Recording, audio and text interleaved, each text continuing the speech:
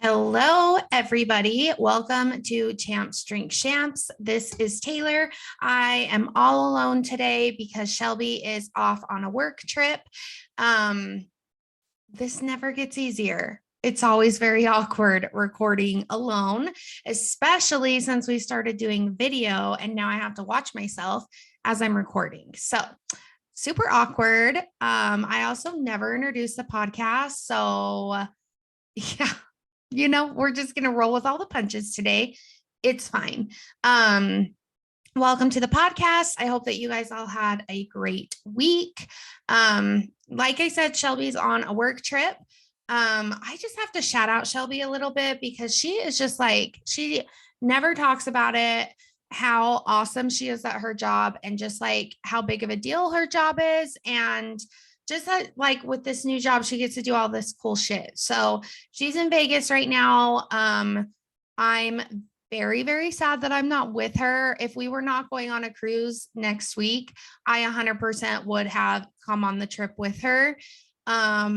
Because I freaking love Vegas. I've not been to Vegas in so long, and I'm just so sad that she's eating Caesar salads without me. So, but yeah, just had to do that little shout out because Shelby's awesome at her job and she definitely needs to talk about it more. So just for a little weekly check-in with me, I had a very exciting thing happen last night. I taught yoga at the wine bar that's up in Cache Valley, and it was so freaking fun. It was a little bit hard to teach, I'll be completely honest, because it's just not like a regular setup like a studio. But it was so much fun. I incorporated like the drinks that people were drinking like into the practice and the meditation. And it was just a really great time. I met some really cool people and I just am really, really thankful for these super cool opportunities. So hopefully they want to do it again. If they do, it is definitely worth the drive to come up because the drinks are really good. The food's really good. It's just a really, really fun atmosphere. So yeah, that is kind of a big update for me this week. I also have currently been obsessed with the show Wednesday. If you guys have not watched it, it's on Netflix. It is so good. I'm actually really excited to get done recording so that I can watch the next episode because I am obsessed. It is really a good show. Like I mentioned, kind of a little bit, I guess, we're going on a cruise next week. So this episode that I'm doing today is actually going to be broken into two parts. So we'll do part one tonight, and then I'm just going to record the part two right after, and that will come out next week while we're on our cruise. So that way you guys don't miss an episode. We also have another exciting announcement. We have a sponsor, and so freaking excited. At first, we thought it was a scam. It wasn't a scam. They sent us really great product, and I'm very excited that we have a sponsor. So the sponsor is actually a CBD company. It is called Spirit. I have dyslexia. Okay. It's called Pure Spectrum CBD. And they sent us an oil and like a little cream that you put on. I have not used the cream yet. Shelby has, and she loves it. I have used the oil though, and it's really, really great. So if you are wanting to try CBD, I've actually been taking CBD for oh gosh, I don't even know, probably about 2 years. And I swear by CBD. I've tried a lot of different CBD companies, a lot of CBD products, and this is truly one of the best.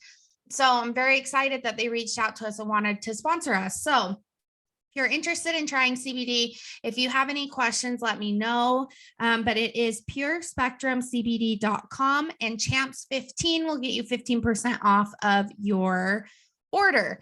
So if you've never tried it, I swear by it. I use it to help me sleep. It helps a ton with anxiety. It helps a ton with inflammation. I use it for pain. Like if I have a headache, I'll take some CBD with like some ibuprofen. It works amazing for hangovers. Truly, CBD is really great with this cream stuff. Shelby's been putting it on her foot. She has like kind of a messed up foot. She's been putting it on her foot to run, and she says it's been helping her a ton. So I swear by CBD products. I truly take CBD every single day. So again, that's purespectrumcbd.com, champs15 for 15% off. So let's get into our episode, you guys. I'm going to be talking all about chakras today. Chakras are a super, super big part of my life. I did not really learn about them until I went through my yoga teacher training, and they are out there, and some people think that they're really weird, but they really are such a cool thing to have in your tool belt for like self-development, self-care, and you can really incorporate the chakras into your everyday life. So again, this is a ton of information. When I was like typing it all out for the episode, I was like, there's no way I can do this in one part. Like, it's so much information. So I'm going to try really hard to not bombard you guys. Hold on a second. Sorry, I still have a random cough that like is just lingering. It will not go away. But I'm going to try really hard to not bombard you guys with a ton of information. I'm going to keep it very simple because when I went through my yoga teacher training, it was so much information. And I was like, holy shit, I'm never going to remember this, any of this stuff, and how will I incorporate this into my classes? But once I really like got into it, it made so much sense to me. And I was like, wow, this is like the coolest thing. And so I use chakras a lot. I use the chakra system with every yoga class that I teach. Yeah, they're super cool. So it will be in two parts. We'll do part 1 today and then part 2 next week. So before I really dive in, I wanted to share a little bit about my own personal spiritual journey. We do have an episode planned for Shelby and I to go into it together about like leaving the church and all of that. But that's kind of where it started. I left the church, the LDS church, Mormon church, when I was 18. I was very anti any sort of spirituality, any sort of religion. I wouldn't say I was atheist for a second, but like I definitely didn't believe in a God. I definitely like the LDS church, I believe, is very traumatic. And I definitely was like shut off to any sort of spirituality. And chakras are actually what started opening me up more to a spiritual practice. So when I started learning them, it was like one of the first things I learned in my yoga teacher training. And yoga kind of opened me up to be a little bit more spiritual, but it really was the chakras that opened up that part of my brain. And I was like, this makes sense to me when religion does not make sense to me. Like a man in the sky does not make sense to me, or a man in heaven, like that physically, mentally does not make sense to me in my brain, but the chakra system does. And so my spiritual practice involves chakras. It involves essential oils. It involves crystals and yoga and meditation, breath work. So long story short, that's kind of my spiritual journey and what really got me super interested in the chakras, because it made sense. It didn't seem made up to me like religion does in some aspects. So yeah, that's kind of where I started. I'm so nervous recording by myself. You can probably hear in my voice, and I keep like catching my eye in the camera and like, all right, I gotta calm down. I'm so sorry. It's seriously, you guys, it's so awkward recording by yourself. So we're just gonna roll with it. It's fine. So one of the biggest questions that I always get is, what even is a chakra? So chakra is a Sanskrit word, which, let me just do a little side note here. When you become certified in teaching yoga, if you go to the right studio or the right program to get certified, you learn Sanskrit. And it is so important because that is where yoga originates from. And so you want to keep the lineage, you want to keep the history of yoga when you're getting certified in yoga. So I had to learn Sanskrit. And it is so freaking hard. Like learning a different language when you are an adult is so hard. And so learning Sanskrit was so difficult. So, but chakra is a Sanskrit word, and in English, it means wheel. So this refers to the different energy points in your body.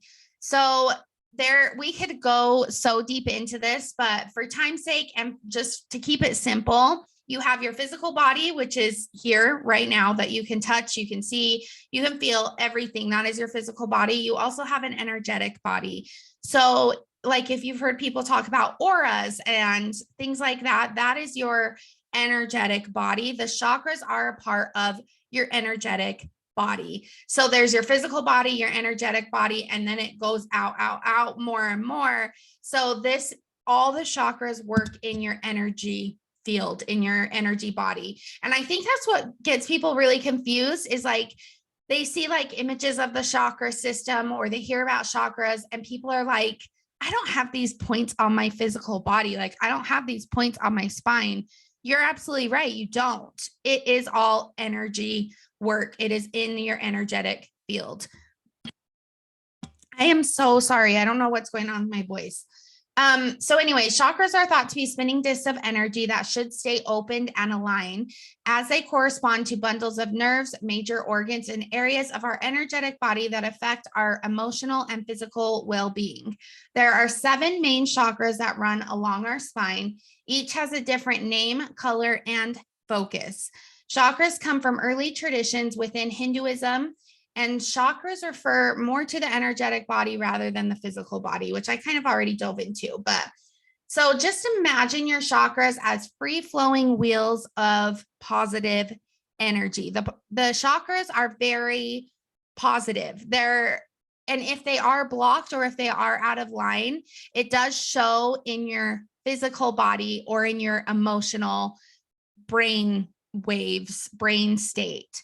So the chakras strongly resemble Maslow's 5 hierarchy of needs. I can't even talk.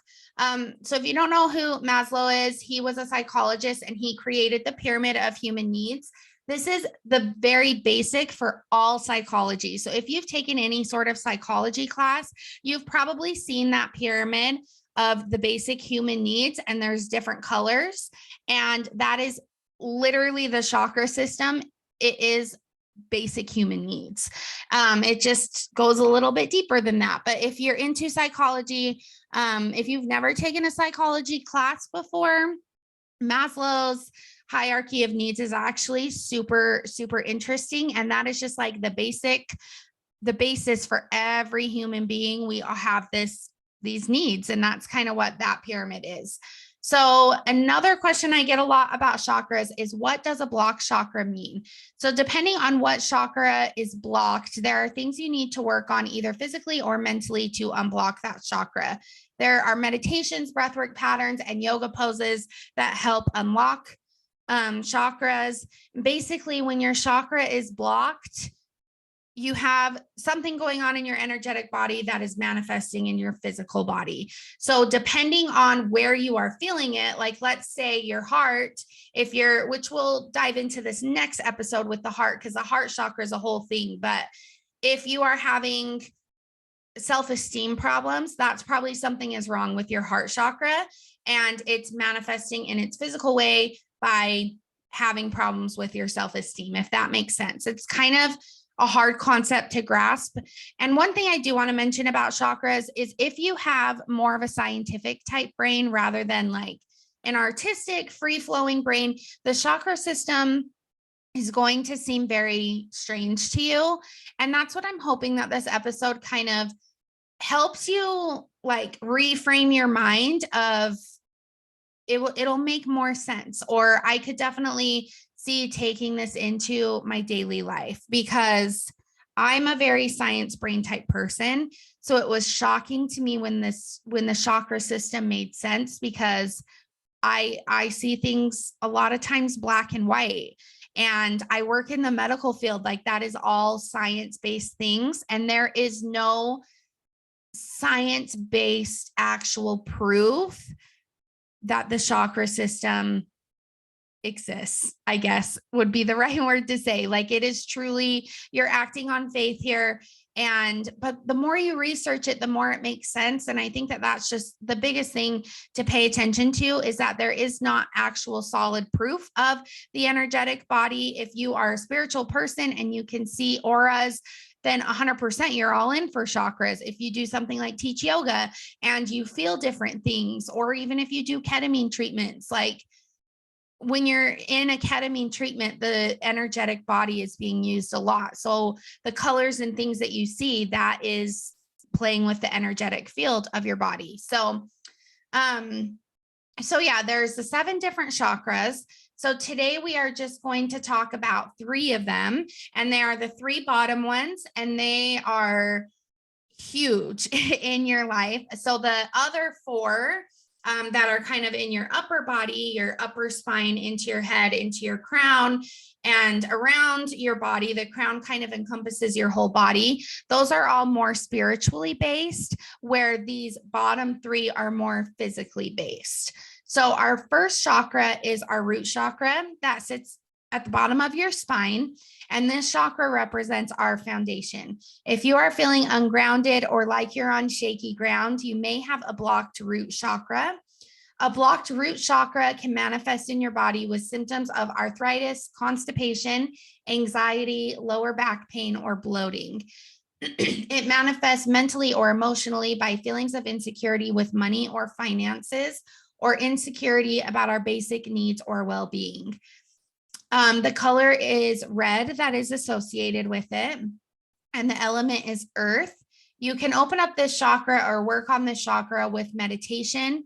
And when you are in your meditation, focusing on smells will help you connect to the world around you. Or if you've heard of people doing grounding work, that is where, like, you step outside with no shoes on, like you step in the grass, or you step on rocks, or you step in like a river, and you just really focus on the feelings that you are having. So I do a lot of grounding work in the summer. I don't like it in the winter for obvious reasons, but every morning, and it was so much easier when I had Gypsy, because I would take her out in the morning and I just wouldn't put shoes on. And while she was going to the bathroom, I would just stand in the grass and I would notice the smells around me. I would notice my beautiful tree in my front yard. I would notice how the grass felt underneath my feet. So grounding work like that really, really helps with your root chakra.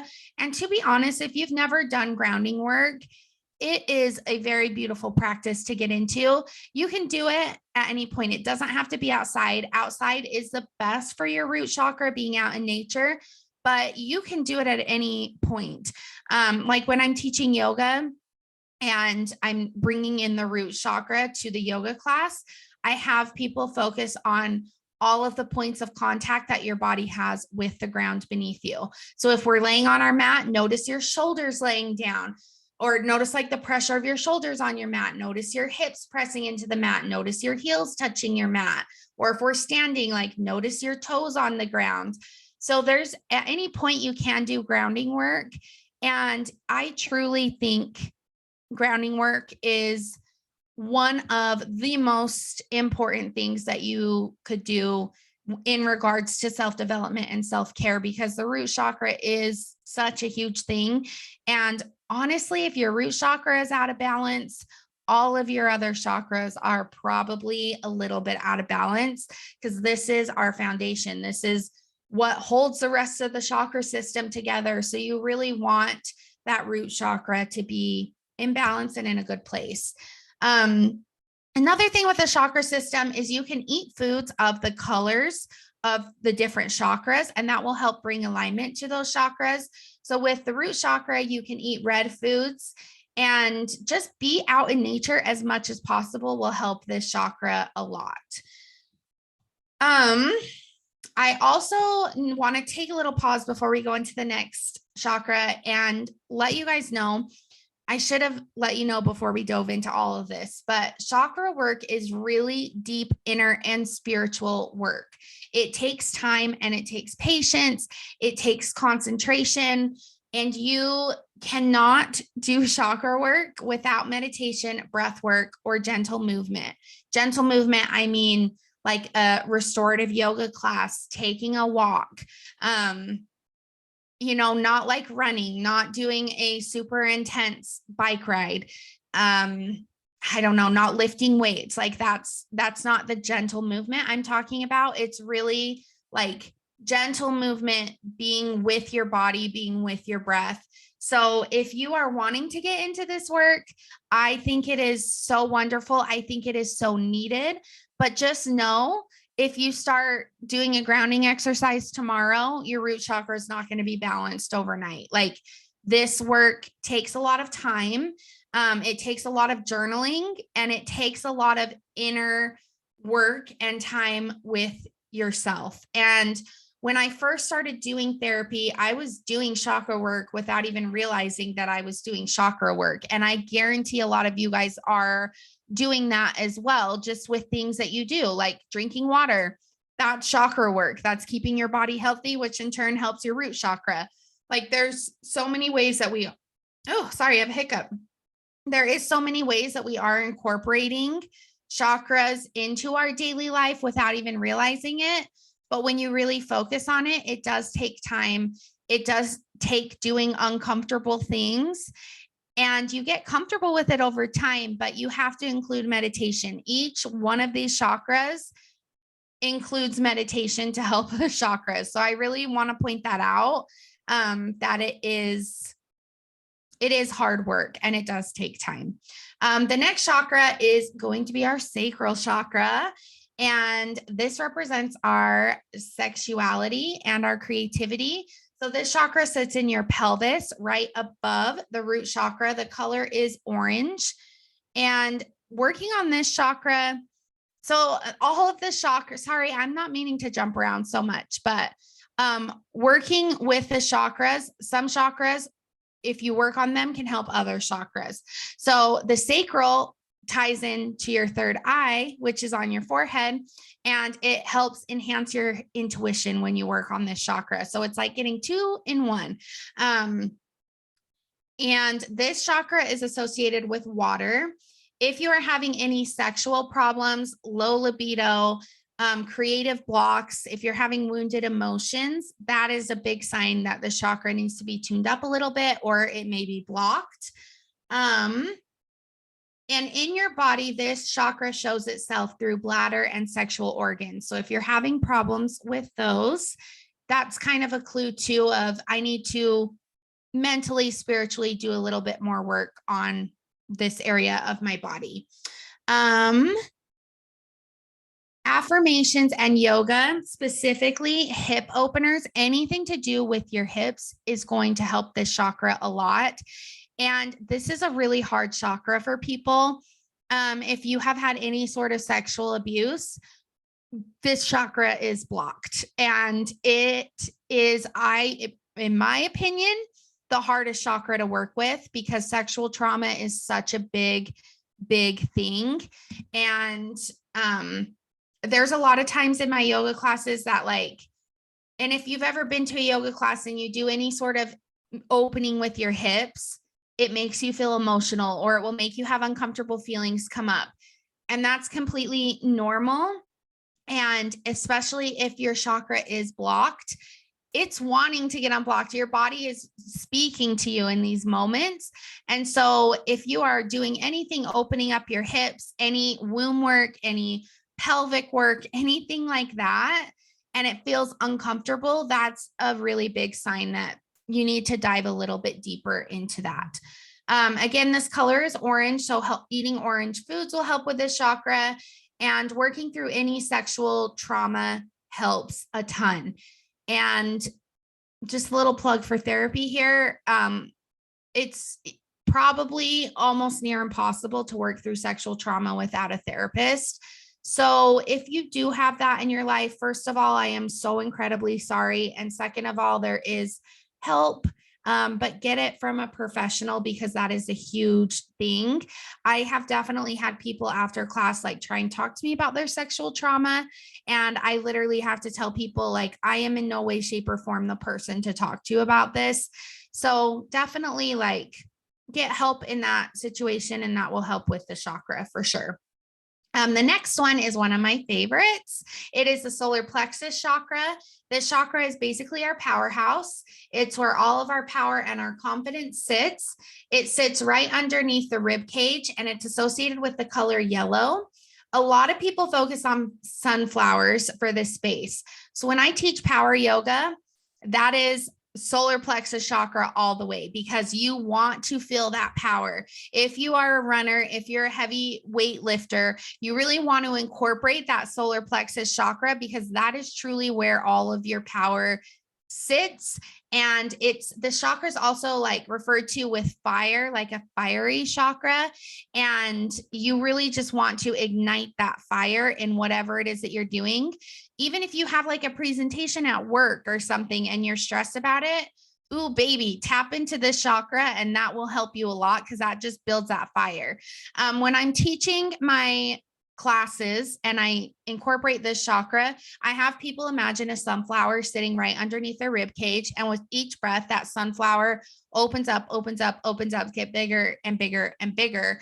And sometimes if I'm even feeling a little bit crazy, we'll light the sunflower on fire to ignite that fire even more. But it's just people really understand and like associating different flowers with the chakras, because it's easier to just create that image in your mind of the flower opening up. So this one would be sunflowers. This chakra actually helps your heart chakra a lot. So the heart chakra is right above the solar plexus, and fueling that fire in turn fuels that heart. So those chakras really go hand in hand. Sorry, I'm looking at my notes too while I'm talking. So if this chakra is out of balance, your heart chakra is most likely suffering as well. So this chakra can cause some pretty severe emotional problems if it is out of whack. Those can be low self-esteem, forming unhealthy attachments to people is a huge thing with this chakra and the imbalances that it has. So the biggest way to help this chakra is some self-development work. We talk about that all the time in the podcast. If you have any questions about self-development work, please reach out to us, because I feel like that's an area that Shelby and I are super knowledgeable in, and it's truly one of my passions. So that helps so much with this chakra. And therapy always helps, and yoga always helps as well. If you are interested in chakra work and you are going to therapy, or you're interested in therapy and you want to incorporate the chakras into your therapy journey, there are therapists that do work with chakras. You have to look for more holistic type therapists, because again, therapists are scientific brain people. They're under that medical type umbrella. And there are people that if you bring up chakras, they're like, you're crazy. This makes no sense. So if you are wanting to dive into this work and you want a therapist help, just make sure that you mention it to them and kind of see what their thoughts about it are. So I know that this is kind of a short episode, but this is the end of part 1, just because I don't want to overwhelm you guys with all of the information about the chakras. I know that it's so much information, and I know it's kind of hard to understand and grasp. But you know, this is my thing. This is where I really thrive in, even though I get super nervous talking about it.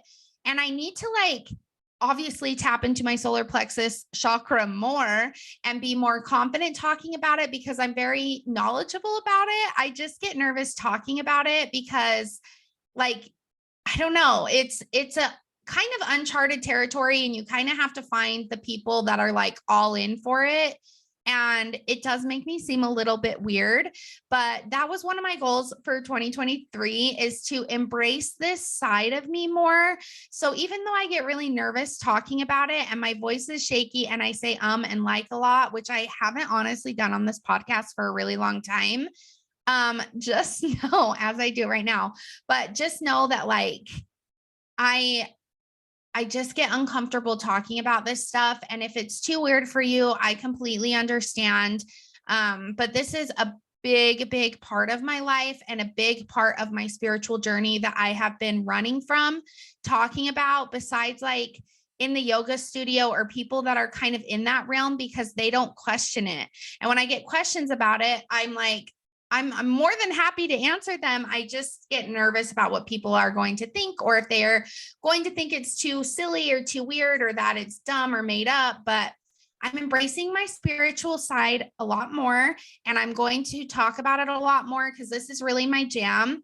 And my tarot card said multiple times to stop running from my spiritual side. So sorry for me being so nervous, but it is what it is. I'll get more comfortable with it the more I talk about it. I also did want to talk about a doctor that I have been seeing. So I'm not even sure exactly like what it's called, but she's basically an energy healing doctor. And she does, I'm so sorry, I keep getting these weird hiccups. But she does MSA testing, which is meridian stress assessment testing. Basically, this testing it tests acupuncture spots on your body, and it tests the energy flowing throughout your body. It helps detoxify your body by gently supporting through supplements that I may be lacking. So I've been seeing her, it's probably been about a year-ish. And it truly at first, like, because I had a friend kind of talk about it, and I'll try everything. I'll try most things once, I should say. But in the spiritual realm and like the energy realm, I'll try anything once. And I was like, that's kind of weird, but like, I guess I'll try and I'll see what she says. And I went there, and she just has like this little machine, and she tests the acupuncture points on your hands and your feet. And it just basically tests the energy that's running through your body. And I did not tell her anything before I went into her. And she immediately knew I had thyroid problems. She immediately knew that I had bad circulation. Like my body was showing her all of these things that I had wrong with it. And I just take like these little, it's like a little liquid that you just put underneath your tongue. It doesn't taste very good, but it helps support the things that I'm lacking in my body. And then she also does like supplements. So I have like a supplement for my adrenals, which are on my kidneys. I have one for my thyroid because I don't have a thyroid. And so I need a lot of help in that department. So it truly has been a complete game changer to incorporate energy, like focusing on my energetic body. It has shown huge improvements with my physical body. I haven't seen her for about 5 months. I have an appointment in a few weeks with her, and I'm excited to kind of see where things are at, because I definitely feel like the things that we were working on are feeling better, but I have other things that like I need help with. And I can tell like once you really start paying attention to your energetic body, you start noticing things in your physical body, and you start really getting to the roots of problems and really fixing things. Ever since I really started diving into this work, my therapy appointments have been night and day different. And like ketamine has helped so much, but I'm more aware of my physical body. I'm more aware of my mental state. I'm more aware of those type things. And I'm really getting to the root of the problems. And it's really been hard. I won't deny that it's been really hard. And there has been moments that like my body feels like it's kind of going through like a detox phase. And so like I get sick a lot more often, or I hate to say it out loud because embarrassing, but like I'll go to the bathroom more often. Like my stool will be different when I'm really focusing on it. And it's hard. It's hard work, but you can definitely tell the difference when you focus on these types of things. So if you have any questions, truly, please let me know, because I do love talking about this stuff. I have a plethora of information. This is really just the basics. And if you think you have any problems or any things that are like out of alignment of these 3 chakras that I talked about, if you just Google like root chakra out of alignment, there's so much information on Google about how to fix these problems. There are journal prompts, there are yoga poses, there are breathwork patterns, there are things you can do like the grounding exercises. Like there is so many things that you can do to help your chakras. And now that it's becoming more mainstream, people are talking about it more. There's podcasts, there's books. I found a like little workbook thing just at Target for like $10. That was like a chakra workbook. And I was like, freaking cool. Like, I love that it's becoming so mainstream, because even almost 3 years ago, when I got my certification in yoga teaching, it was not as mainstream as it is now. And so I taught a chakra-based yoga class, and that's how we would advertise it. And each week I would choose a different chakra to work on. And people were so weirded out, and they were like, I'm not going to that. Like, that's too weird for me. But now it's becoming so mainstream. Like, people are asking like, hey, is the chakra class going to be coming back? Like, so anyways, there's a ton of information if you want to explore it. I do challenge you to explore it, because it is kind of fun to get to know yourself. And if self-development work kind of scares you or seems super intimidating, I really challenge you to just give it a try, because once you try it and get over that uncomfortable feeling, because I was the most uncomfortable person in the entire world when I started going to therapy. I was so insecure. I hated myself, did not want to spend time with myself. Like, I was not into it. But once you get past those feelings, it's actually really fun to get to know yourself, get to know your soul self, get to know your personality. Like, it really is a lot of fun. So please reach out to me with any questions. I did post a anonymous link, and I got some really good questions. So I'm going to answer some of those now. So thank you guys so much for submitting them. My number one question that I got is, why is Shelby your best friend? And I thought that this question was so cute, because her and I have really deep talks, but I don't think like we've ever talked about why we are such good friends. So I think Shelby's really great, obviously. And why she's my best friend is just, her and I are so different, but we're so similar. And her differences from mine balance out we balance each other out really well. Like, we kind of mentioned it our last episode in our reintroduction, that it was like, she's the planner, I'm the supporter. And if we were both planners, I feel like that would be like we're stepping on each other's toes. But like, where my weaknesses are, that's where her strengths are. And where her weaknesses are, that's where my strengths are. So it's just a really, really good balance between the two of us. We always have a really great time. I'm really like, I need people to make me laugh. If you don't make me laugh, like, I'm not interested in like forming a close relationship with you. Humor is like a big part of my life. So I think that Shelby's super funny. She's, besides Tony, the best person on this planet to vacation with. She doesn't, like, on vacation, she doesn't need to have a plan. Like, it can just be like, we'll wake up, we'll go explore, we'll, just kind of figure it out as we go. So I love going on vacations with her. And I do love like how blunt she is. I've never really had anybody in my life who is blunt like that with me. And I didn't realize that it was something I was missing in my life. Like, I need that person that will lovingly give me the tough love. And she'll be like, I'm sorry if this is going to be bitchy, but like, this is what you need to do. And then if it makes me like upset or sad, it's like, I'm really sorry, but you needed to hear that, but I'm sorry it hurt your feelings. So there's like a beautiful balance of love and bluntness. And I love that. And I wish I could be more like that, but that's not my personality. And I love that it's Shelby's. Like, that's probably my favorite thing about her, is she cares so deeply enough to tell you the hard things, which a lot of people, me, number one, cannot do. It's very hard for me to tell people the things that they need to hear. So that's a big reason why she's my best friend. And yeah, we just both love wine, and we both just love to have a good time. And yeah, I don't know. This is like a little love letter to Shelby. So kind of weird recording by myself. Where's it going, you guys?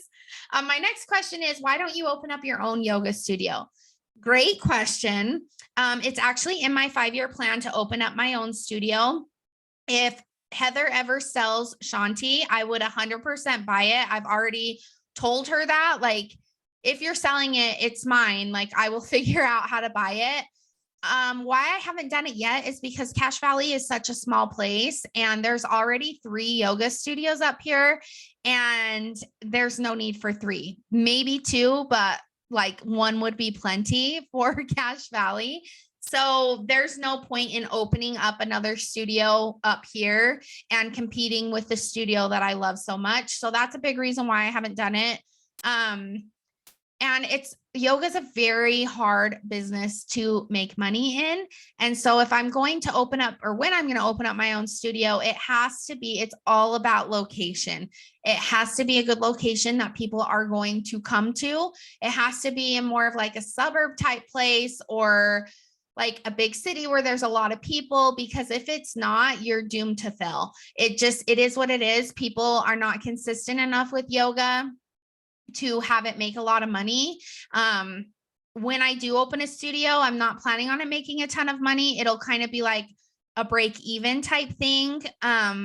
Studios just don't make a lot of money. It is what it is. And I feel so passionate about yoga that doesn't bother me. The money is all in events and retreats, which I for sure want to get into, but that is where the money is. The studio does not bring in a large income. Unless maybe like LA or something, I would be interested to see their numbers.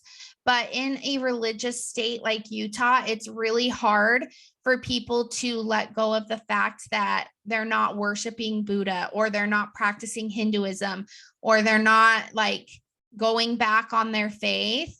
It's very hard for people to understand that because the roots are so deep in Hinduism and Buddhism and all of those type of religions that Christians, LDS people, Catholics have a hard time accepting yoga and practicing yoga, which is so silly to me because doing inner self work should not be a religious type thing, but people are super weird about that. So I definitely will be opening up my own yoga studio within the next 5 years, hopefully. And yeah, I just got to find a right location, and I just need to have like money to do it. And I need to have like a good business plan to do it and find good teachers, because I would run my studio exactly the way that Shanti is run. And I don't want people that are there for the aesthetics, because that is not what yoga is about. There is another yoga studio up in Cache Valley that literally stops their class in the middle of class so that the instructor can get pictures because she has a cute outfit. And that is 1000% not what yoga is about. We've had many clients come from that studio, come to ours because of situations like that they just didn't feel comfortable, or they're a little bit overweight and they get treated differently. So when I do open a studio, it's going to be a lot of work because I am going to be extraordinarily picky, because I truly want people to do yoga and I don't want something weird like that to turn people away. So there's my answer to that. And the last question I'll answer on this episode is, what is your favorite thing about Tony? Which is funny that somebody asked me this, because my therapist actually asked me the same thing yesterday in my therapy appointment. And I have so many favorite things about him. I think my all-time favorite thing, besides his kindness, because he is truly one of the nicest people in the whole world, I am obsessed with his sense of humor. We have the exact same sense of humor. I never feel stupid for laughing at stupid things. Like, we send each other funny things, and like we can watch the same movies, watch the same TV shows, and I can truly just be myself around him. And that means so much to me, because you guys, I am a freaking weirdo. I'll admit it. I'm a very strange person, and he loves and accepts every single part of me. And you don't find that a lot. Like, I mean, I would be honestly shocked, and this may sound a little bit like egotistical maybe, but I would be shocked if I asked him what he hated about me. I would be shocked if he would come up with something, honestly. Like, he truly loves me and I truly love him. And I don't know. It's just, I feel very, very lucky to have him in my life and to have him fully accept every single part of me without question. And I don't know, like even the bad parts, even all the shit I'm going through right now with trying to figure out like my fears around death and all of that. Like there's been days that I feel like I'm a complete wreck and he just loves me anyways. So his sense of humor, his kindness, and the way he loves me, which I know that that's three things, but I can't choose between those three things. So that is the end of part one. Reach out to me if you have any questions. Sorry again, that was a lot of information. Sorry again for my nervousness, but here we are, me embracing my spiritual side. Take that, universe. Stop giving me the damn tarot card that says to keep doing that. So, what was I going to say? Oh, make sure you're following us on Instagram, Champs Drink Champ at Champs Drink Champs podcast. Follow us on YouTube. I also forgot to post the TikTok. It's just Champs Drink Champs pod on TikTok. So follow us there. I am slowly figuring out TikTok and going to start posting there. I feel like once I figure it out, I'm going to be a TikTok host straight up. Like I love watching TikToks, and yeah, I'm just going to be a hoe for that TikTok. So make sure that you're following us on there.